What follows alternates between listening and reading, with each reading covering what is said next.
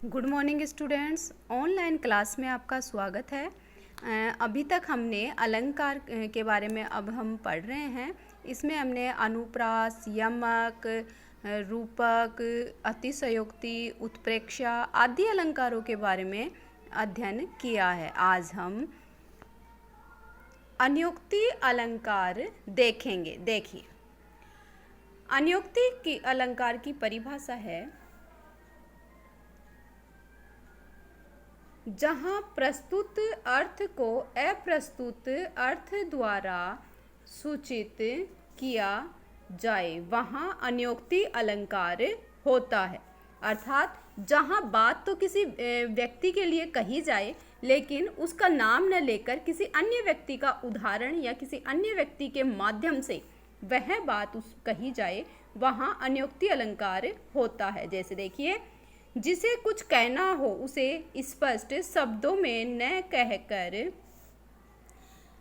अन्य को संबोधित करके इस तरीके से कहा जाए कि उसे वास्तविक बात समझ में आ जाए, ऐसे कथन को अनियोक्ति अलंकार कहा जाता है। यानी जो बात उसे कहनी है वह किसी दूसरे व्यक्ति के माध्यम से कही जाए और उसे समझ में आ जाए कि यह बात किसके लिए कही गई है। इसे अनियोक्ति इसीलिए भी कहते हैं कि इसमें प्रस्तुत अर्थात अन्य के प्रति कथन होता है। देखिए उदाहरण, दिन 10 आदर पाई के करिले आप बखान, जो लगी काग सराध पखू तो लगी तब सन्मान। तो देखिए, इस उदाहरण के माध्यम से इस बात को हम स्पष्ट करते हैं कि इसमें बताया गया दिन 10 आदर पाई के, यानी जब किसी व्यक्ति को अपने पर घमंड हो जाता है, अभिमान हो जाता है, तो वो क्या करता है, ऊंची ऊंची बातें करने लग जाता है। तो करिए आप बखान, जो लगी अपनी ही द्वारा अपनी प्रशंसा करने लग जाता है। तो यहाँ कवि है उस व्यक्ति को समझाने के लिए क्या कर रहा है, उस व्यक्ति को उदाहरण दे रहा है किसका, काग का अर्थात कौवे का, कि जिस प्रकार से कौवा है वो क्या करता है, अपने ही मन से अपने ही द्वारा अपना बखान करता है। और 10 दिन अर्थात कुछ समय के लिए, यहाँ 10 दिन का मतलब है कुछ समय के लिए, जब उसे आदर मिल जाता है तो वो क्या करता है, अपनी ही द्वारा अपनी डींगे हाँकने लग जाता है, अपनी प्रशंसा करने लग जाता है। देखिए यहाँ प्रस्तुत तो यह व्यक्ति है जो कुछ ही समय में अच्छे पद पर पहुंचा है और अपनी डींग मारने लगा है, दंभ के साथ अनुचित व्यवहार करने लगा है,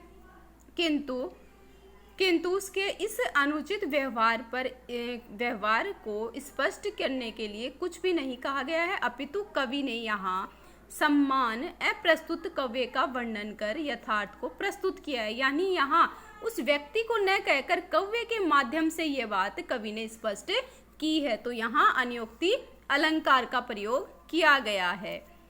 अतः अप्रस्तुत अर्थ कव्य के द्वारा प्रस्तुत अनुचित व्यवहार का कथन होने से यहाँ अनियोक्ति अलंकार है। आगे देखिए, अन्य उदाहरण है, माली आवत देख कर कलियन करी पुकार, फूले फूले चुन लिए काली हमारी बार। अर्थात जो फूल है, कलियां हैं, वो क्या करती हैं, माली को अपनी ओर आता हुआ देखकर पुकार करने लग जाती है कि जो है माली आ गया है, अब वो क्या करेगा, उससे अभी वह विकसित नहीं हुई है वह कलियां और वह उसे तोड़ लेगा।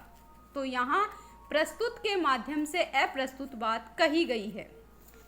आगे देखिए, दूसरा उदाहरण है संदेह अलंकार। संदेह अलंकार है, इसमें संभावना संदेह होता है। लक्षण है, उपमान में उपमेय या उपमेय में उपमान का संदेह। और उपमान और उपमेय हम पढ़ चुके हैं। यह प्राकृतिक वस्तु है और यह मानवीय वस्तु है, जिससे प्राकृतिक में मानवीय का उदाहरण भी हमने आपको बताया था। हो जाए वहाँ संदेह अंत तक बना रहे और दूर न हो तब संदेह अलंकार होता है। इसके लिए देखिए, जैसे हमने पढ़ा था, उपमा अलंकार में सा है, सी है, से है, ये वाचक शब्दों का प्रयोग होता है और इसके आधार पर हम अनुमान लगा सकते हैं कि इसमें कौन सा अलंकार है। फिर इसके बाद में हमने यमक अलंकार में ये पढ़ा था कि कनक शब्द है, उस एक ही शब्द की 2 बार आवृत्ति हुई है और अर्थ भी भिन्नार्थ है। फिर इसके बाद में हमने ये पढ़ा था कि उत्प्रेक्ष अलंकार में मानो, जनु, जानो आदि शब्द हैं वह आते हैं, तो उन्हें देखकर हम इसका अनुमान लगा सकते हैं कि इसमें उत्प्रेक्ष अलंकार है। फिर इसके बाद में हमने ये भी पढ़ा था कि रूपक अलंकार में रूपी शब्द आते ही हमें ये पता चल जाता है कि इसमें रूपक अलंकार है। साथ ही इसमें योजक चिन्ह है, दो जो उपमेय और उपमान है उन्हें मिलाने वाला जो योजक चिन्ह है वह भी, उसके आधार पर भी हम रूपक अलंकार की पहचान कर सकते हैं। तो इसमें भी देखिए संदेह जो अलंकार है उसमें भी की, क्या, धो, की, धो आदि वाचक शब्दों का प्रयोग किया जाता है और इसके आधार पर हम अनुमान लगा सकते हैं कि यहाँ संदेह अलंकार है। देखिए नारी बिच सारी है कि सारी बिच नारी, कि नारी ही कि सारी है कि सारी ही नारी है। तो देखिए यह उस समय का वर्णन है जब द्रौपदी का चीरहरण होता है दुशासन के द्वारा भरी सभा में। तो उस समय दुशासन को ये अनुमान लगाना मुश्किल हो जाता है, संदेह होता है कि जो साड़ी है उसी में लपेटी हुई द्रौपदी है या द्रौपदी ही ऐसी है कि उसमें जैसे उस कि नारी ही साड़ी है या साड़ी ही नारी है, ये संदेह उसे होने लग जाता है। तो देखिए यहाँ द्रौपदी के चीरहरण के समय दुशासन को साड़ी में नारी और नारी में साड़ी का संदेह होता है। तो देखिए यहाँ योजक चिन्ह की का उपयोग किया गया है और यहाँ इसीलिए संदेह अलंकार आया है। आगे देखिए,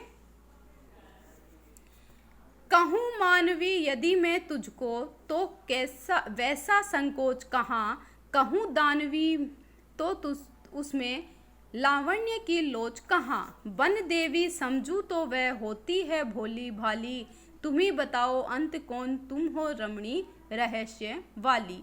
तो देखिए इसमें भी ये बताया गया वन देवी के लिए आया है कि उस समय उषा काल का जो समय था और उस समय जब ये मनुस्मृति से है शायद, उसमें ये बताया गया है कि उस समय उषा काल के समय जब कहूँ मानवी यदि मैं तुझको तो वैसा संकोच कहाँ, देवी वन देवी अगर मैं कहूँ तो उसमें भी क्या है संदेह व्यक्त हो रहा है। और इसमें भी इसके बाद में देखिए कोई पुरंदर की किंकरी है या किसी सुर की सुंदरी, इसमें भी संदेह है कि वो पुरंदर की किंकरी है या फिर कोई सुंदरी है, ये भी इसमें भी संदेह अलंकार है। धन्यवाद।